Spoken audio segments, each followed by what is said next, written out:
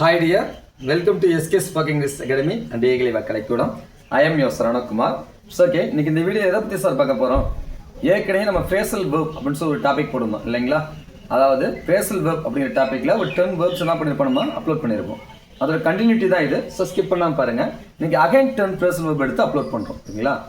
Okay, இப்போ first ஒன்று பாருங்களேன், தேடு அப்படின்னு சொல்லுவாங்க. இந்த வேர்டு அடிக்கடி யூஸ் பண்ணுவோம்ல, இது எப்படி நம்ம யூஸ் பண்ணுவோம்? ஒன்று சர்ச் பண்ண இல்லாட்டி ஃபைண்ட் பண்ணணும்னு சொல்லி படிச்சிருப்போம் இல்லைங்களா? இந்த ஃப்ரேஸில் அப்படி எப்படி சார் சொல்லலாம் அப்படின்னா லுக் அப் அப்படின்னு சொல்லுவாங்க. எப்படி சொல்லுவாங்க? லுக் அப் அப்படின்னா அது தேடு அப்படிங்கிறது நம்ம யூஸ் பண்ணலாம். ஐ லுக் அப் அப்படின்னது I look up something here அப்படின்னது நான் இங்கே சம்திங் தொலைவிட்டு இருக்கிறேன் அப்படின்னு சொல்லுவாங்கல்ல, ஒரு சிலதை தொலைவிட்டு இருக்கிறேன் அப்படிங்கிறதுக்கு ஐ லுக் அப் சம்திங் ஹியர் அப்படின்னு சொல்லலாம். இதே எழுது அப்படிங்கிறது என்ன சொல்லுவோம்? ரைட் அப்படின்னு காமனாக சொல்லுவோம் இல்லைங்களா? காமனாக சிம்பிளாக சொல்லணும்னா ரைட்னு சொல்லுவோம். இந்த ஃப்ரேஸில் அப்படி சொல்லலாம் ரைட் டவுன் அப்படின்னு சொல்லுவாங்க. அப்போ you should write down it அப்படின்னா நீ கண்டிப்பாக எழுதிக்கி. யூ சுட் ரவுட் டவுன் இட்னாது இது கண்டிப்பாக எழுதிக்கி. இதை நீ எழுதிக்கலாம் அப்படின்னு சொன்னாங்க you may write down it அப்படின்னு சொல்லி நம்ம சொல்லலாம். இதே பயணத்தை தொடங்குறது இருக்குல்ல, பயணத்தை தொடங்குறது அப்படின்னு சொல்லுவாங்க, செட் த ஜேர்னின்னு சொல்லுவாங்க. இப்போ என்ன சொல்லுவாங்க ஃப்ரேஸ் அப்படின்னா செட் ஆஃப் அப்படின்னு சொல்லுவாங்க. I've set off my journey here அப்படின்னது நான் இங்கே என் பயணத்தை தொடங்குறேன். எப்படி சொல்லுவாங்க? I set off my journey from here அப்படின்னது இங்கேருந்து என்னுடைய பயணத்தை நான் தொடங்க போகிறேன் அப்படிங்கிறதுக்கு யூஸ் பண்ணிக்கலாம். அடுத்து பயிற்சி செய் அப்படின்னு சொல்லுவாங்கல்ல, பயிற்சி செய் அப்படிங்கிறத எப்படி சொன்னோம்? ஒர்க் அவுட் பண்ணு அப்படின்னு சொல்லுவாங்க. பயிற்சி செய் எப்படி சொன்னோம்? ஒர்க் அவுட் அப்படின்னு சொல்லணும். அடுத்து புரிஞ்சுக்கிறது இருக்குல்ல, இந்த புரிஞ்சுக்கிறது அப்படிங்கிறத எப்படி சொன்னோம்? ஃபிகர் அவுட் பண்ணுறது. நம்ம தமிழ் அதாவது காமனாக இங்கிலீஷ் சொல்லணும்னா சிம்பிளாக சொல்லணும்னா அண்டர்ஸ்டாண்ட் அப்படின்னு சொல்லுவாங்க.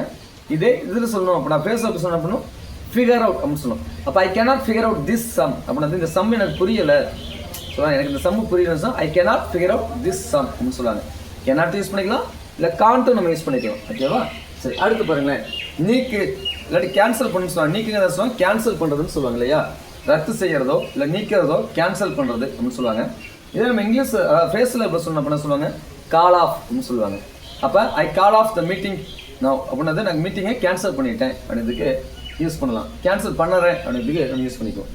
அடுத்து மீண்டு வர்றது, இவங்க மீண்டு வரோம் அப்படின்னு சொல்லுது கெட் ஓவர்.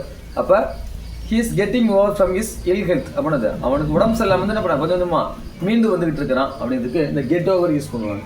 அடுத்து விட்ரு, ஸ்டாப் பண்ணிடு அப்படின்னு சொல்லுவாங்கல்ல, அந்த ஸ்டாப் பண்ணிடு விட்ரு அப்படின்னு சொல்லுவாங்க.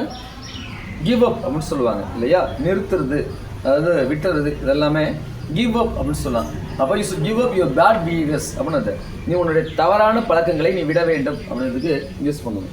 அடுத்து ஒத்தி வைக்கிறது இருக்குல்ல, ஒத்தி வைக்கிறது அப்படிங்கிறது சொன்னோம் புட் ஆஃப் பண்ணுறது அப்படின்னு சொல்லுவாங்க இல்லையா?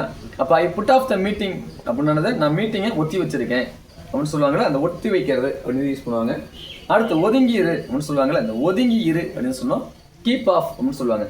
அப்போ you should keep off your bad companies அப்படின்னு சொல்லுவாங்க. அப்படின்னா உன்னுடைய கெட்ட நண்பர்கள்ட்ட என்ன பண்ணி கொஞ்சம் விலகியே இருக்கணும், தள்ளியே இருக்கணும் அப்படிம்பாங்கல்ல, அது எல்லாத்துக்கும் யூஸ் பண்ணுவாங்க.